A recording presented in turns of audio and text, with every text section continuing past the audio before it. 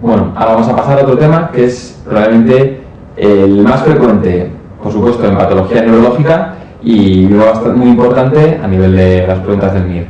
Para empezar, hablaremos de la vascularización cerebral. El cerebro tiene dos sistemas vasculares anteriores y dos posteriores, es decir, el sistema carotídeo, que va por cada lado, ¿vale? Sale pues, a nivel del arco aórtico, ¿vale? Sube las dos carótidas, una carótida común por cada lado, y a nivel de más o menos la altura de C4 se bifurca la carótida externa, que va a irrigar la musculatura de la cara, y la carótida interna, que va a penetrar dentro del cráneo, dentro del orificio carotídeo, el sifón carotídeo, y nos va a dar, al fin y al cabo, la arteria oftálmica, nos va a dar la arteria cerebral anterior y la arteria cerebral media. Sistema posterior, tenemos las arterias vertebrales. Las arterias vertebrales van a penetrar, ¿vale? en el cráneo, van a ir por los, previo a entrar dentro del cráneo, van a ir por los orificios transversos, van a entrar en el cráneo y se nos van a fusionar dando lugar a la arteria basilar, ¿vale? La arteria basilar, que es una arteria troncoencefálica, ¿vale? Que nos va a irrigar todo el troncoencéfalo con arterias paramedianas cortas, arterias paramedianas largas. Van a salir de todo este sistema posterior las arterias cerebrosas posterior inferiores, las anteriores superiores, anterior inferiores, que van a ir al cerebro, y posteriormente en la zona superior de la arteria basilar va a dar lugar a las arterias cerebrales posteriores. Bueno, pues en la comunicación entre las arterias cerebrales posteriores, las arterias cerebrales medias y las arterias cerebrales anteriores va a haber unas ramas comunicantes, que es lo que se llama el polígono de Willis. El polígono que tiene la misión de permitir que, aunque exista una oclusión a nivel proximal, en algunas arterias pueda haber aflujos de sangre de un sistema al otro sistema para evitar males mayores. De hecho, hay pacientes que pueden tener obstruida una carótida, pero a través de la contralateral y las dos vertebrales se puede irrigar perfectamente el cerebro completo. En este dibujo es una representación para que veáis. A la izquierda tenéis un corte coronal y a la derecha un corte axial o transversal del cerebro, donde podéis ver cuáles son las áreas que le corresponden los distintos territorios vasculares. Liso, sin pintar, tenemos todo el territorio de la arteria cerebral media, que es, pues a lo mejor probablemente la mitad del cerebro, solo depende de esta arteria cerebral, ¿vale? A nivel rayado, la parte superior y medial, podéis ver la parte correspondiente a la arteria cerebral anterior, ¿vale? Que correspondería con el área de la pierna. Por eso, si imagináis el homúnculo motor, posteriormente os lo enseñaré otra vez, podéis ver que una afectación de la arteria cerebral anterior va a provocar principalmente una afectación sensitiva y motora de la pierna contralateral.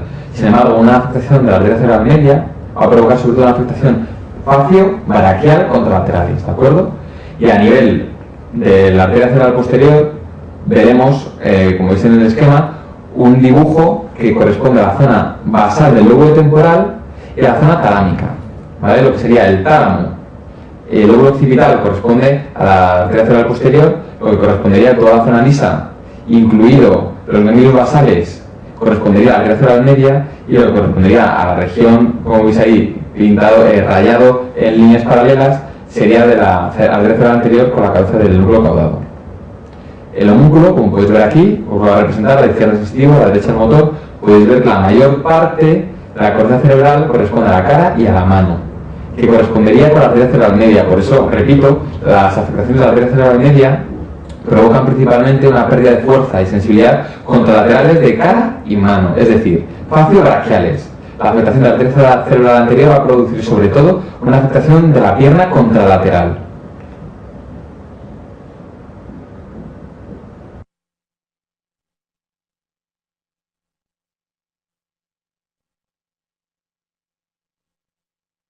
Bueno, pues ahora vamos a hablar de los distintos tipos de patología vascular cerebral. Tenemos dos tipos principales, como pueden ser los ictus isquémicos y los hemorrágicos. Los ictus isquémicos se explican por una pérdida de aporte sanguíneo con nutrientes y con oxígeno al parénquima cerebral correspondiente. Los ictus hemorrágicos es una rotura con salida de sangre y, por supuesto, pérdida de vascularización distal. Es decir, los ictus hemorrágicos tienen peor pronóstico en cuanto a que provocan isquemia y encima producen un efecto masa. Etiológicamente, ¿a qué se deben? Bueno, pues principalmente a los factores de riesgo cardiovascular.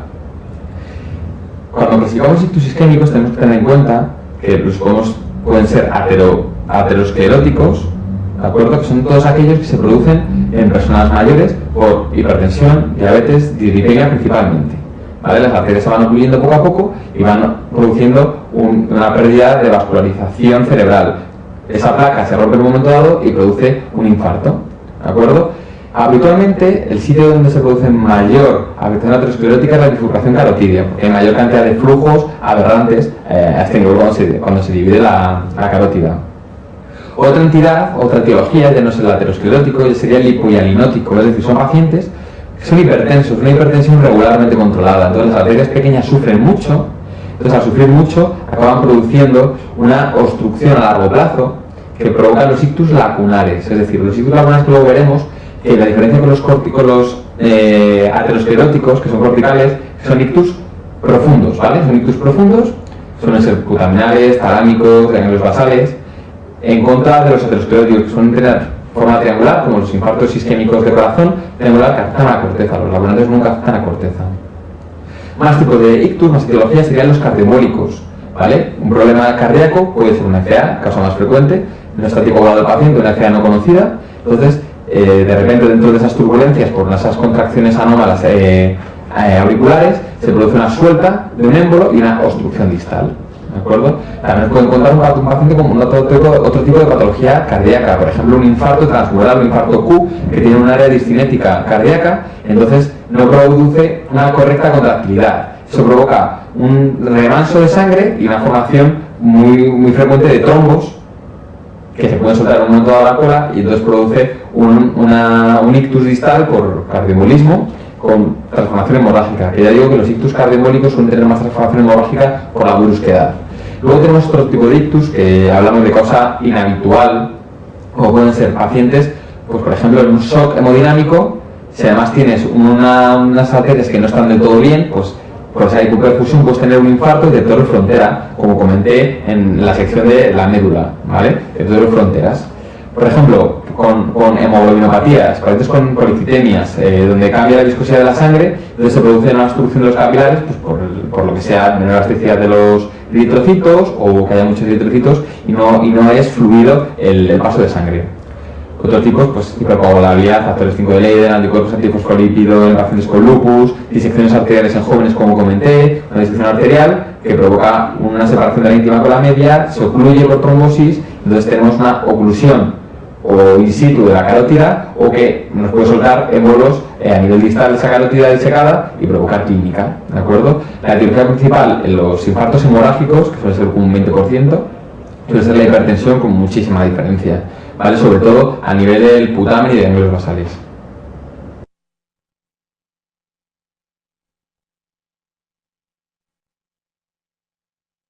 Dentro del cajón de ictus isquémico, la digo más frecuente, lo que vamos a tener que diferenciar es entre el ictus establecido y una IT. Una IT se define como toda aquella focalidad neurológica habitualmente menor a 15 minutos, pero es menor a una hora, que no deja secuela ni clínica ni radiológica, ¿vale? Hay que saber diferenciar de otras entidades, como migrañas con aura, crisis, ¿vale? Eso sería una IT. Se entiende que es como una falta de flujo que es reversible, es decir, el propio flujo que no llegaba, por cualquier motivo, el cuerpo ha fibrinolizado ese trombito que hubiera y ya se ha regenerado la clínica normal del paciente.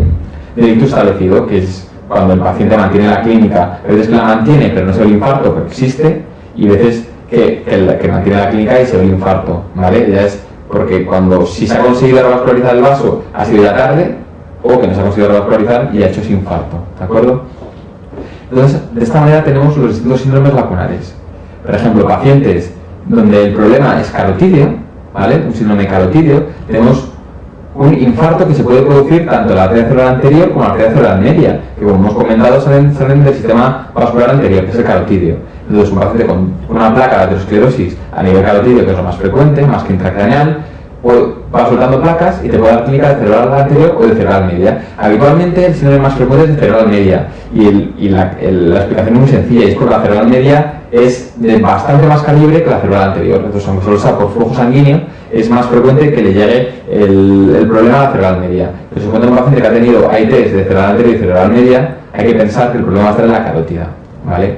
Aparte tenemos los cuadros de amaurosis fugax, ¿vale? Pacientes que te cuentan, sobre todo jóvenes, cuadros de amaurosis fugax, pérdida de visión monocular del ojo derecho, hay que pensar que el problema va a estar en esa carótida, ¿de acuerdo? Entonces, si aparte te cuenta el paciente carotidinia, ves que tiene una ptosis palpebral, ves que tiene una pupila amiótica, ¿vale? Cuando hay luz, la contraria está bien, Podemos tener un síndrome de Horner secundario a una disección carotídea, ¿vale? Ese es el caso que hay que pensar, ¿de acuerdo? Posteriormente vamos a hablar del síndrome de la arteria cerebral anterior, ¿de acuerdo? La arteria cerebral anterior irriga sobre todo las porciones sensitivas y motoras de la pierna contralaterales. La cosa suele ser cardioembólica habitualmente, ¿vale? Entonces son pacientes que te cuentan que de forma brusca no notan la pierna derecha, por ejemplo, que les pesa mucho, les explora, tienen piramidalismo, Ivaminski en esa pierna y tienen pérdida de sensibilidad en la pierna. Cuando les haces el escáner, puede o no ver, habitualmente sí, que tiene la zona correspondiente a la arteria cerebral media del hemisferio contralateral que la tiene infartada. El caso de la arteria cerebral media es el más frecuente, ya digo que es por volumen de sangre. Lo que se produce sobre todo es una pérdida de sensibilidad y de fuerza contralaterales facio-braquiales, no crurales como en el caso de la arteria cerebral anterior, sino facio-braquiales contralaterales. Y además tiene más clínica añadida, por ejemplo. Si es del hemisferio izquierdo, que es el dominante, tenemos una afasia motora si no puedes evocar lenguaje, sensitiva si no puedes comprender el lenguaje. Y aparte, si os acordáis del tema de vías visuales, podemos tener una afectación también de las vías visuales, efectivamente. Entonces tenemos hemianopsias contralaterales. Tenemos un paciente con disfasia o afasia por el hemisferio izquierdo, más alteraciones facio-braquiales, motoras y sensitivas, más una hemianopsia contralateral, que es lo que se produce, ¿vale? Por afectación de las radiaciones ópticas, tanto parietales como temporales.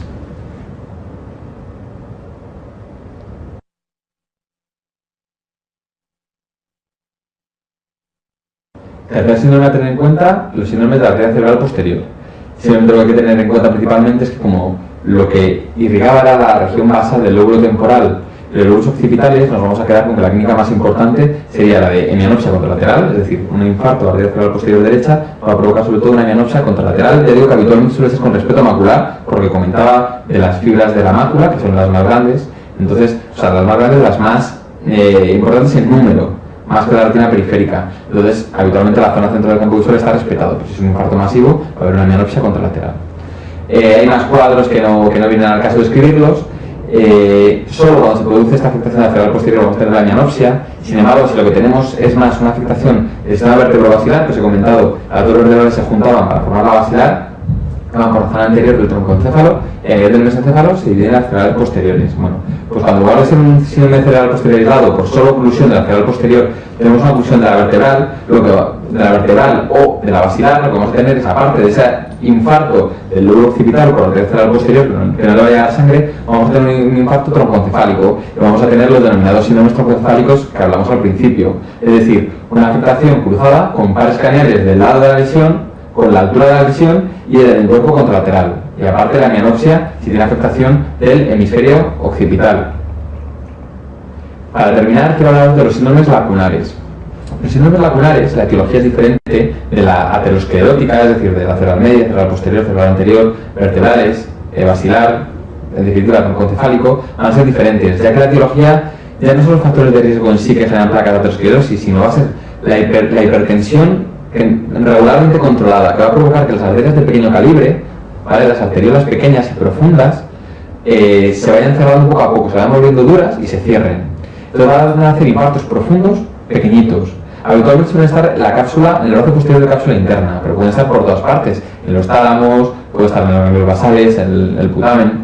Pero la diferencia con respecto a los ictus ateromatosos, ateroscleróticos, es que van a ser infartos pequeñitos, ¿vale?, de menos de 1,5 centímetros, y que nunca van a producir clínica cortical, es decir, nunca afasia, nunca agnosia, ni apraxia, ni alteraciones de la memoria, no.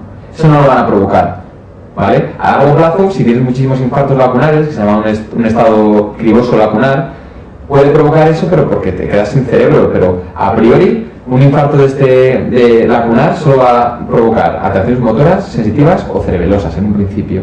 Las entidades más frecuentes y que tienes que conocer son el ictus por frecuencia, es el ictus motor puro, es decir, un infarto que se produce principalmente en el brazo posterior de cápsula interna, por donde descendían todas las fibras de la corteza motora hasta llegar a la primera motoneurona, hasta llegar a la segunda motoneurona y al brazo, ¿de acuerdo? Tenemos un paciente con un síndrome hemimotor contralateral, ¿de acuerdo? Por esta afectación del brazo posterior de cápsula interna, tanto afectación de la cara como del brazo y pierna y contralaterales, ¿de acuerdo? En el caso de los síndromes sensitivos puros, son afectaciones, si nos acordamos, ¿dónde se encuentra lo sensitivo que no sea en la corteza? Pues en el tálamo. Un infarto del núcleo ventral posterolateral del tálamo nos va a producir una hemihipoestesia contralaterales, ¿vale? Luego veréis en el manual que hay otros síndromes, sensitivo motor, cuando se afecta tanto el brazo posterior de cápsula interna como el tálamo, como otros que son el disartria manotopia, ataxia hemiparesia, que eso lo explicaremos en segunda vuelta. Bueno, pues ¿cuál sería el estudio de urgencias de un paciente que viene con una focalidad neurológica o una presumible focalidad neurológica? Pues como os pongo ahí, lo primero no es el TAC craneal, lo he marcado pero no es cierto. Lo primero que habría que hacer con este paciente es historiarle, porque como dije al principio, es imprescindible saber diferenciar si esa pérdida de fuerza o sensibilidad o disartria viene por otras causas. Causas de disartria, muchísimas, incluso consumo de fármacos. Paciente que ha tomado benzodiazepinas y habla disártrico, se ha equivocado y ha tomado el doble de dosis, por ejemplo. Paciente que se duele la pierna, bueno, pues puede ser cualquier cosa, pero no un ictus. Entonces, si empezamos a pensar en un TAC craneal, podemos empezar ya a orientar un mal diagnóstico y tener un paciente con una patología banal al cual le vamos a querer fibrinolizar y hospitalizar, ¿de acuerdo? Entonces, lo primero es historiar al paciente y lo segundo, explorarle. Cuando ya lo tenemos explorado, solicitamos un TAC craneal, ¿vale? El TAC craneal intentaremos buscar el infarto. No siempre se ve los ictus lacunares para ver si hace falta que pasen 12 o 24 horas. Los ictus, como era arteria cerebral media o arteria cerebral anterior o cerebral posterior, es decir, los ateroscleróticos, se puede ver antes, ¿vale? Se puede ver incluso más allá de una hora. Y si es muy grande el infarto, probablemente lo veamos al poco tiempo de comenzar la clínica. Los escáneres son malos para ver la fosa posterior, ya que hay mucho hueso, la escama occipital, las escamas temporales, no nos van a dejar ver bien esta parte, pero bueno, tenemos que guiarnos con ellos. Pero la función del escáner no es diagnosticar el ictus, porque el diagnóstico del ictus es clínico, sino es diferenciar un isquémico de un hemorrágico. Aunque vamos a presumirlo, si va a ser uno u otro por otros datos, el manejo va a ser diferente del paciente. Y para poder incluirlo dentro del llamado código ictus, que luego hablaremos, intentamos saber si es isquémico o es hemorrágico la lesión que tiene el paciente.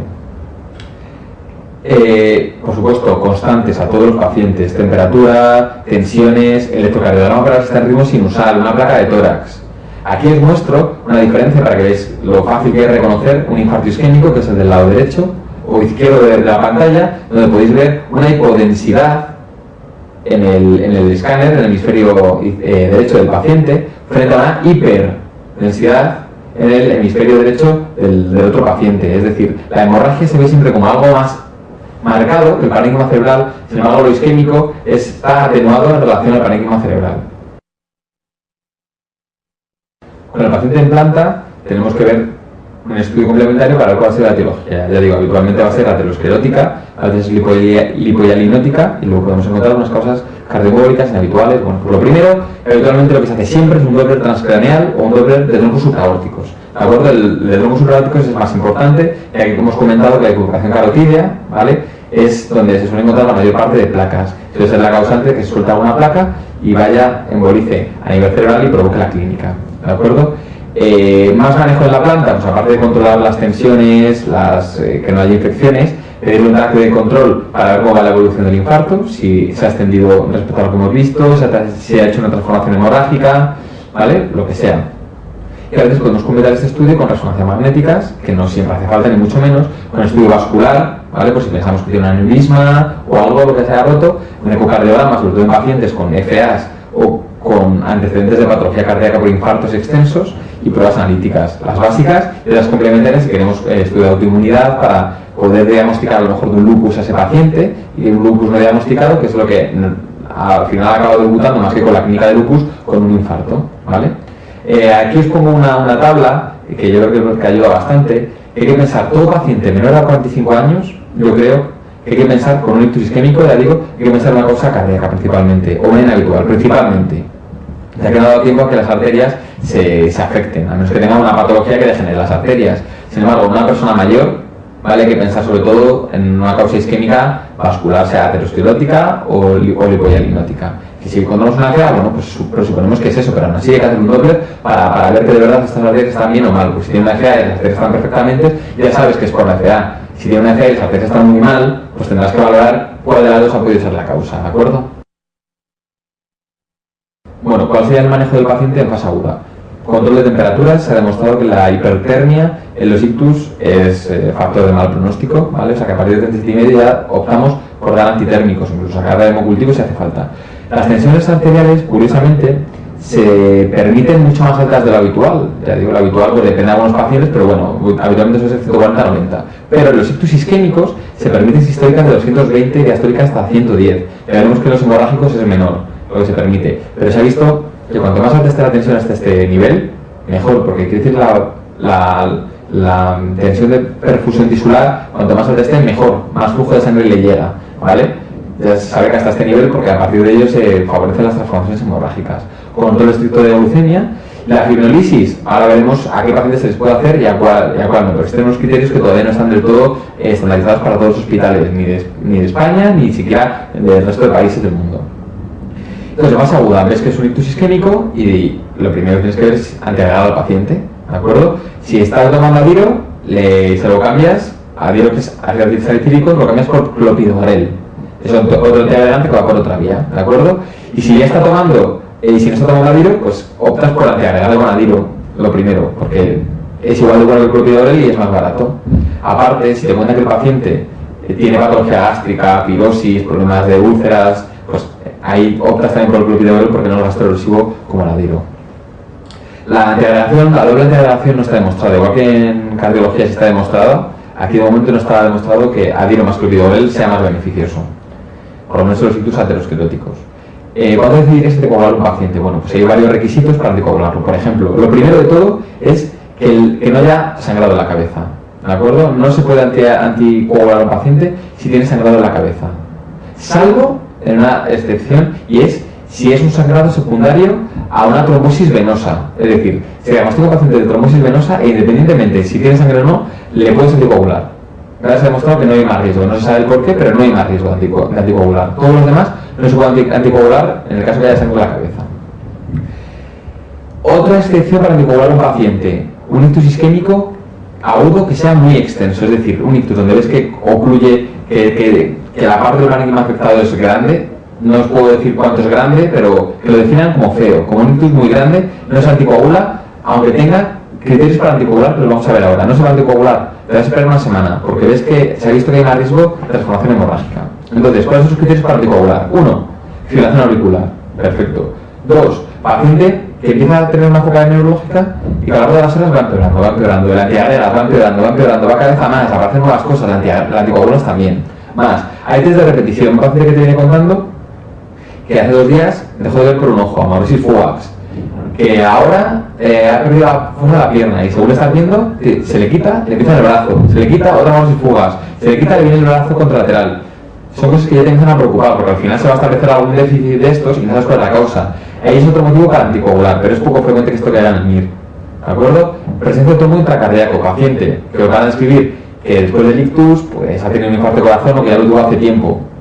Y ahora se le hace un ecocardiograma y se le ve que tiene un trombo pegado, pues le vas a anticoagular para intentar disolver ese trombo lo más posible.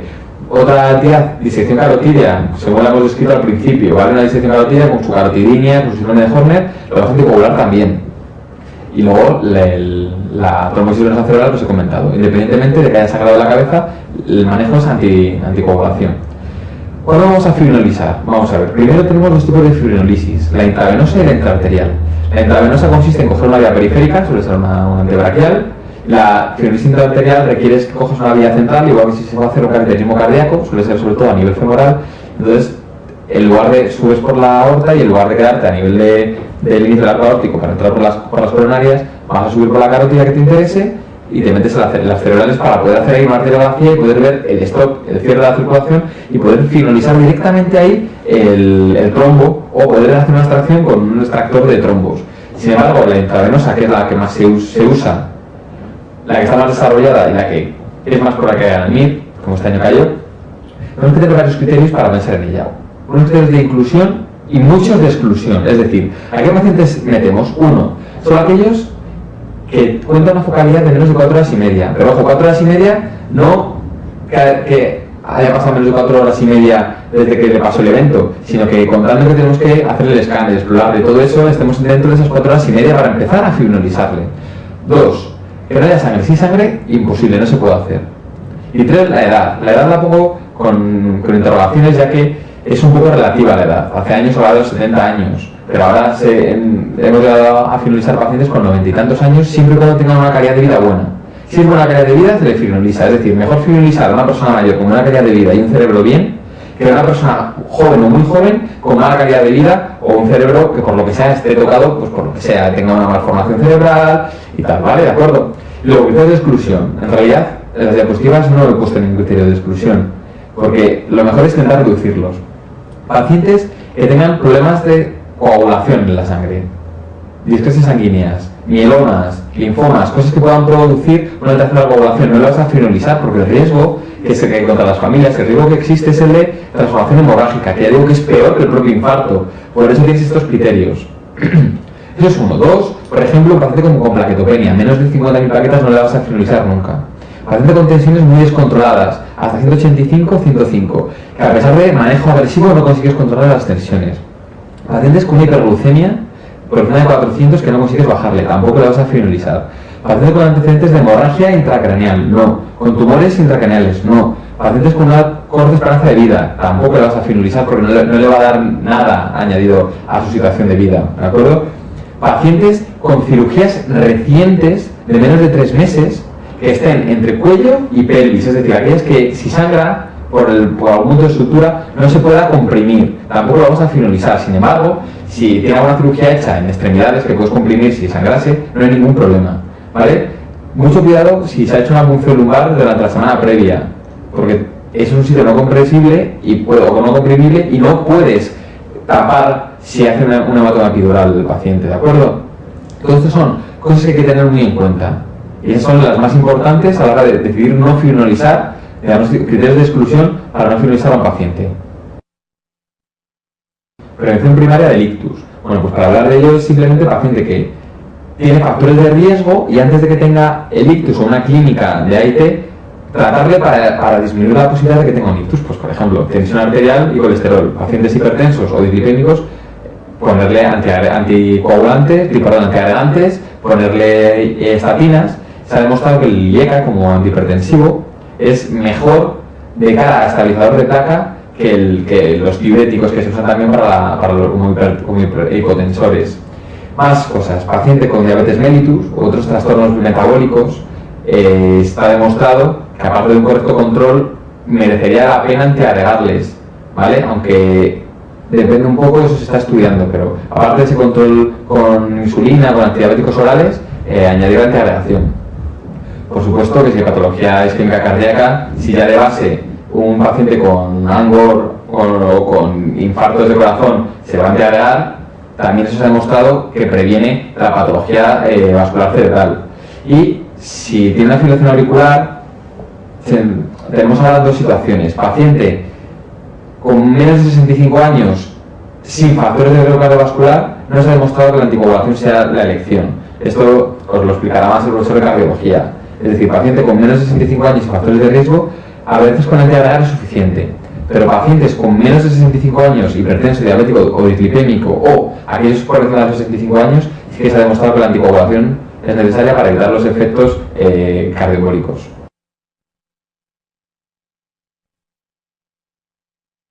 Desde el punto de vista de la prevención secundaria, son pacientes que ya han demostrado haber tenido un evento vascular cerebral, entonces podemos, como dije al principio, desde cambiar el alilo por clopidogrel, iniciar directamente con clopidogrel si tiene patología de estómago, o bueno, se pueden usar otras opciones como la anticlopidina como antiagregante, ¿vale? En pacientes, lo único que puede producir diarrea o una neutropenia en algunos pacientes, pero solo con quitarlo será suficiente para revertir los síntomas.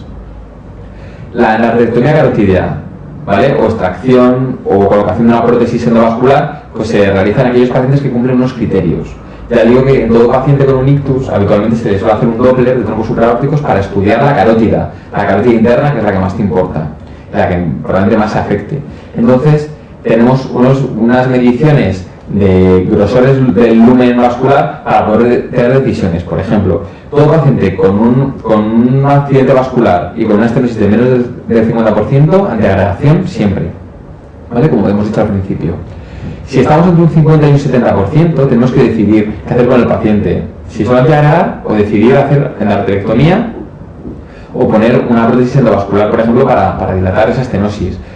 Digo que depende porque depende un poco de la edad del paciente, depende a veces que si te dicen un 50% le puedas volver a hablar al paciente dentro de 6 meses, un año para ver cómo va, porque si decides esperar, que no está mal la opción, le ves al año y si sigue exactamente igual, pues le sigues viendo año a año, sin decidir hacer nada porque hay intervenciones que pueden tener más efectos secundarios, ¿de acuerdo? Entonces decimos un 70% decidimos de forma individualizada con la edad del paciente y cómo nos lo describan. Por encima del 70% siempre manejo, o sea, en la aterectomía, es decir, cirugía de la carótida, prótesis, lo que sea, o una prótesis endovascular, ¿vale? A través de, pues eso, de un intervencionismo vascular intraluminal. Salvo si tenemos completamente obstruida la carótida, si nos cuentan que tiene una obstrucción que es casi completa. Ahí no merece la pena hacer nada vascular, ya que subir un catéter quiere decir atravesar el trombo y eso puede producir una suelta de globos y producir pues múltiples ictus. Ahí se optaría por antiagregado o por anticoagular. No se va a dar la opción porque esto ya requiere pensar más opciones según el paciente, pero lo que está claro es que a estos que tienen un 100%, un 99%, una estenosis subcrítica, no conviene hacer ningún tipo de cirugía sobre la lesión. Y por supuesto en los ictus que se ha demostrado que el paciente tiene una FA, es decir, ya una prevención secundaria o terciaria, la anticoagulación temprana, siempre que el ictus no sea muy grande, y diferida si es muy grande el área infartada.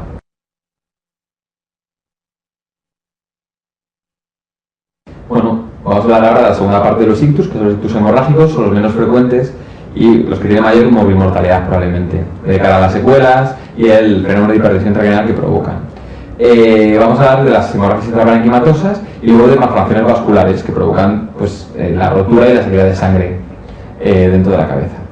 Entonces vamos a ver, primero las hemorragias intraparenquimatosas, la etiología más frecuente, la más frecuente con diferencia es la hipertensión arterial mal controlada, ¿vale? La mal controlada, pacientes que han ido a urgencias varias veces con tensiones o con emergencias hipertensivas, ya los vasos están dañados, no tienen un buen control cerebral de la tensión y cuando sube la tensión el cerebro no es capaz de regular y se produce una rotura. Habitualmente, ya diremos después, que suelen ser sobre todo de profundas estas hemorragias, en contra de otras que suelen ser más superficiales. Clínicamente, ¿cómo cursan? Pues con un síndrome de hipertensión intracraneal, con cefalea, disminución del nivel de conciencia, náuseas y luego la hemiparesia que le corresponde con alteraciones sensitivas según qué zona está dañando del cerebro. Tipos de hemorragias intraparenquimatosas, la hipertensiva la más frecuente y luego tenemos otras. La angiopatía amiloide, o también llamada congófila, que es debida a, con el paso del tiempo se produce un material beta-amiloide en la pared de los vasos. Vasos que suelen ser los vasos pequeños, más superficiales y que al romperse provocan hemorragias lobales o superficiales. Malformaciones vasculares, otra entidad. Transformaciones hemorrágicas del ictus isquémico, como comenté. Los ictus isquémicos, si no se manejan bien, se puede tender a romper el vaso y producir, aparte de ese infarto isquémico, un hemorrágico que además acaba produciendo un efecto de masa. Y luego pues, se ve pues, efectivamente pacientes con tumores o con anticoagulantes orales que se producen roturas espontáneas de vasos o rotura del tumor que acaba produciendo un sangrado de los vasos. Hablando de las distintas entidades, sobre todo digamos que diferencia de las dos primeras son las que más me interesan. La hipertensiva son ictus, sobre todo hemorrágicos profundos de putamen principalmente y luego del tálamo, del cerebelo y de la protuberancia, en ese orden, pero principalmente del putamen. Son unos ictus profundos que aparte de toda la focalidad provocan un efecto de masa. Si tenemos en cuenta ese que es el más frecuente con el siguiente más frecuente que he comentado, que es la angiopatía congófila o amiloide, son infartos hemorrágicos subcorticales, es decir, ya no afectan más a la corteza cerebral o justo a la unión córtico-subcortical, no son profundos como los hipertensivos. Y es típica la recurrencia, es decir, un paciente que tiene un infarto llamado amiloide, a los 3 meses, 6 meses, 9, 12, año y medio, puede tener otro perfectamente con mayor frecuencia que la recurrencia en los hipertensivos. Aquí en el esquema os pongo una imagen para que veáis la diferencia. A la izquierda tenéis un infarto hipertensivo, ¿vale? Principalmente está de nervios basales y cápsula interna, brazo posterior, frente al derecho, que suele ser que es más de angiopatía amiloide y que es más subcortical, ¿vale? De hecho, en el caso derecho veis que hay un desplazamiento de línea media, sin embargo en el izquierdo no hay desplazamiento de línea media, pero sí una repercusión sobre los vértebros laterales, pero sin desplazamiento de línea media, que sería otro factor de mal pronóstico. Otro efecto sería la malformación vascular, sea aneurismática o por malformaciones arteriovenosas. Son las clínicas sobre todo en pacientes de menos de 40 años habitualmente, ya que las patologías vasculares por malformaciones dan clínica antes que aquellas que son por degeneración de los vasos, que suelen ser más de gente mayor. Los tumorales es otra causa de sangrados intracraneales, principalmente los de melanoma y los que dependen del pulmón. Y luego, bueno, pues ya como comentaba antes, las malformaciones hemorrágicas, anticoagulantes orales y drogas son otras de las etiologías frecuentes, menos frecuentes, de los ictus hemorrágicos.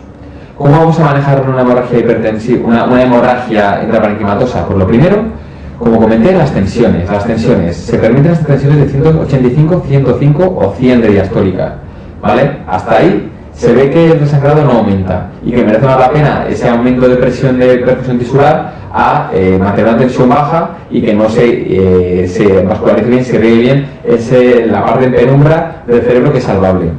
Evitar la hipertermia, 37,5, evitar la hiperglucemia, porque eso favorece los resangrados. Y si hay datos de hipertensión intracraneal, pues hacer cirugías descompresivas, en el caso que haga falta, hablando con los neurocirujanos, para permitir aliviar un poco la presión dentro del cerebro y para poder evacuar la sangrado, la hemorragia, y luego añadir un anitol como diurético osmótico, que sirve para bajar el líquido, el fluido, tanto el líquido cefalorraquídeo como el líquido que hay intraparenquimatoso, para bajar el volumen cerebral y permitir que haya mayor capacidad.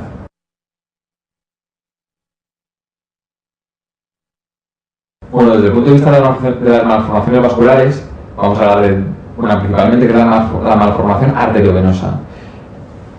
Lo más fácil es tener en cuenta el concepto malformación arteriovenosa, es decir, entre toda arteria y vena debe existir un capilar, que son vasos cada vez más pequeños, donde se produce el intercambio gaseoso y de nutrientes entre el parénquima y el propio capilar, para dar la sangre venosa menos oxigenada, con menos nutrientes, menos glucosa, etc. Si esta comunicación entre arteria y vena no se hace a través de un capilar, sino que se hace a través de un vaso aberrante, es decir, un circuito de alta presión arteria, un circuito de baja presión vena, perdemos los capilares, que son los que dan la resistencia a la sangre, los que van bajando la presión, tenemos un vaso anómalo, tortuoso, que va a comunicar la arteria con la vena, va a producir que en cualquier momento esa vena se rompa, a pesar de arterializarse y de volverse pues, con una media más muscular, se va a volver como extraña, con una media rara, un músculo raro, que va a permitir que se rompa la vena, se rompa también ese vaso aberrante, y entonces vaya a producir sangrados, que es la clínica más frecuente, o crisis, porque por volumen, este vaso aberrante va a tocar la corteza y puede producir irritación cortical que va a provocar crisis. Por eso a veces epilepsias focales sintomáticas suelen ser secundarias a malformaciones vasculares. Aquí, por ejemplo, en el dibujo podéis ver una arteriografía de los vasos cerebrales, en los cuales, cuando quito el cuadradito, aparece como un nidus, que se llama, de vasos aberrantes, que son los que habría que tratar en este caso. Este paciente debutó con una hemorragia subaracnoidea e intraparenquimatosa a los 25 años, de una malformación que no se conocía, por supuesto, y que llevaba un tiempo con cefalia, y cuando se rompió, comenzó con una hemiparesia izquierda, se le hizo el escáner, se dio el sangrado, luego se hizo el arterio, pero que efectivamente tenía esa malformación arteriovenosa, que posteriormente se procedió a embolizar. Bueno, tras haber terminado las hemorragias intraparenquimatosas, vamos a comentar las hemorragias subaracnoideas, muy importantes de cara al diagnóstico etiológico y al manejo del paciente. Es típico de la edad media entre los 30 años, los 25 años y los 50 años. Lo más frecuente es que sea de causa traumática, pero si no hay antecedente, habrá que pensar que sea por un aneurisma. Aneurisma sacular, ¿vale? Los aneurismas saculares son los más frecuentes, son los que más se rompen porque tienen forma de saco, ¿vale? Tienen un cuello estrechito y una gran dilatación, ¿vale? Como si fuera un huevo de un balón. Sin embargo, los aneurismas fusiformes suelen sangrar menos, ya que es una dilatación de todo el vaso y en sí es menos la dilatación que se producen. Fuera de estas entidades se producen asociados a otras cosas estas hemorragias subaracnoideas, como las malformaciones arteriovenosas, como hemos comentado hace un momento, los anticonceptivos orales, las drogas, los tumores que pueden provocar también esto, pero ya digo, en un porcentaje mucho menor, un 20%.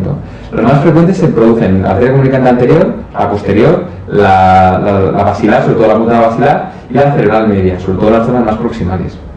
Y el riesgo de sangrar es mayor cuanto más proximal sea y más grande sea. Curiosamente, los enormes sangran menos que los medianos, ¿vale? Es decir, es el único ejemplo, la única excepción.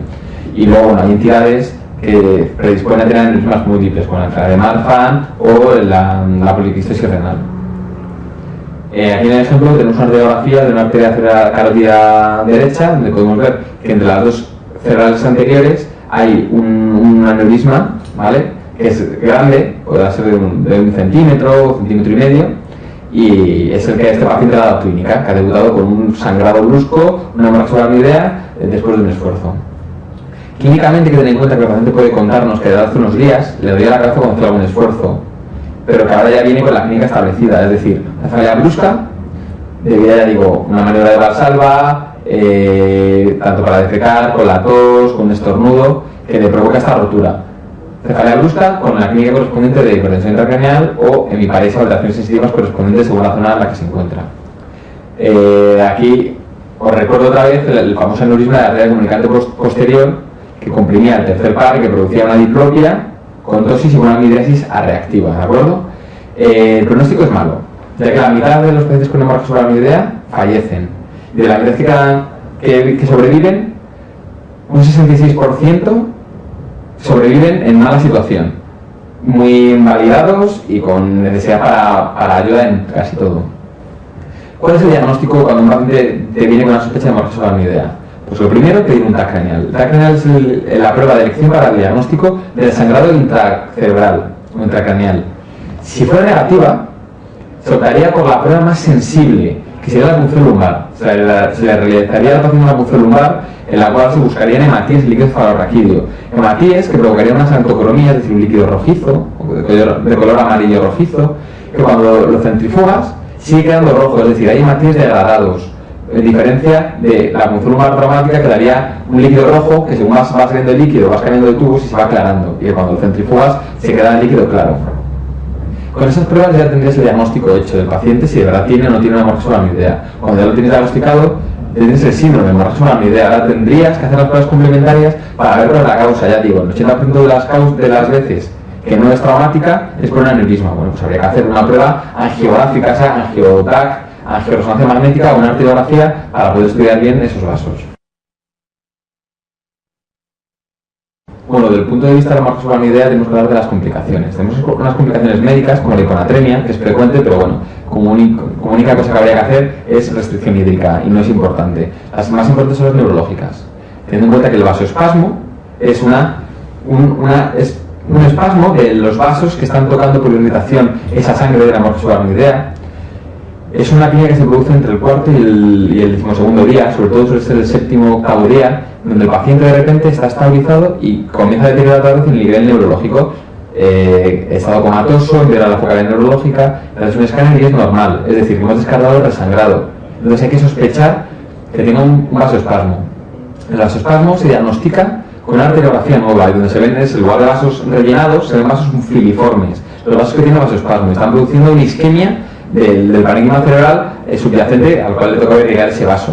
El tratamiento es la terapia de la triple H: hemodilución, hipervolemia e hipertensión. Claro que la hipertensión nos va a dar mayor riesgo de sangrado, pero es mayor los riesgos de la isquemia que la del resangrado. Entonces, ¿qué es lo que habría que hacer para evitar el resangrado? Pues sobre todo el manejo precoz de esa hemorragia subaracnoidea, es decir, la diagnostica lo más pronto posible al paciente, y si es por un aneurisma habrá que hacer el manejo correspondiente, que sería clipar el aneurisma, es decir, los neurocirujanos que lo cierran desde fuera, ponen una especie de clip, como un lazo, o los radiólogos vasculares que hacen una arteriografía y embolizan con coils, que se llaman, embolizan el aneurisma y lo trombosan para evitar que haya sangre ahí y se pueda volver a romper. ¿Cuál sería el manejo de estos pacientes con la hemorragia subaracnoidea? Aparte de manejarlos como un ictus hemorrágico, ¿vale?, con las tensiones, la temperatura y todo, habría que dar nimodipino. Todo paciente con hemorragia subaracnoidea que no sea traumática se da nimodipino. Nimodipino es un antagonista que disminuye la probabilidad de que haya un vasoespasmo. Y ya digo que es la complicación más temible de la hemorragia subaracnoidea. Respecto al manejo del propio aneurisma, se opta habitualmente por un manejo precoz, es decir, menos de 4 días. Pero si el paciente está muy malito, no se le puede intervenir, hay que dejarle que se estabilice, sabiendo que las complicaciones pueden ser peores. Pero la cirugía o el manejo vascular del paciente habría que hacerlo cuando el paciente está estable, no se puede hacer con un paciente inestable. Para terminar de matizar algunos términos y algunos conceptos, os voy a remitir a la pregunta número 76 del test de primera vuelta. Nos preguntan cuáles los siguientes síntomas y signos no esperaría encontrar en una arteria cerebral anterior por afectación.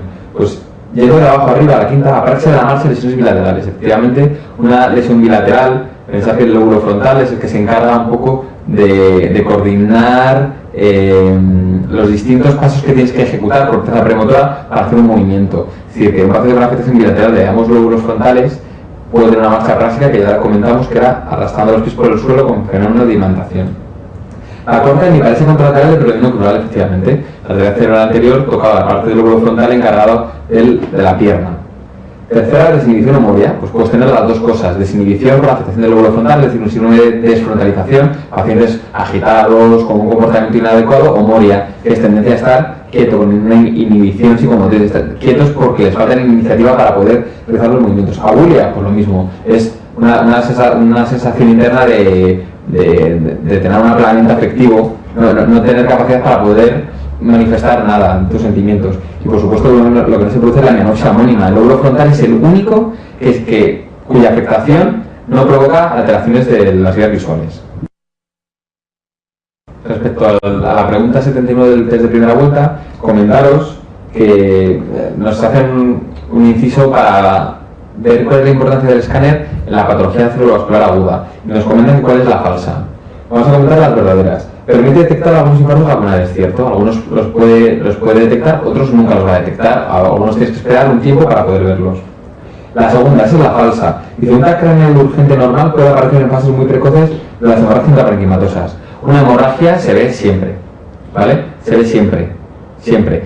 Sí, que yo os he comentado antes que las hemorragias subaracnoideas pueden no verse, pero las intraparenquimatosas siempre se van a ver, ¿vale? Porque es el diagnóstico de elección para ver la sangre. Pensad que no es lo mismo un sangrado intraparenquimatoso que un sangrado en un líquido, ¿vale? Que se puede diluir más. Esa es la falsa. Tercera, algunos infartos lacunares pueden no ser visibles. Bien, es lo mismo que la primera.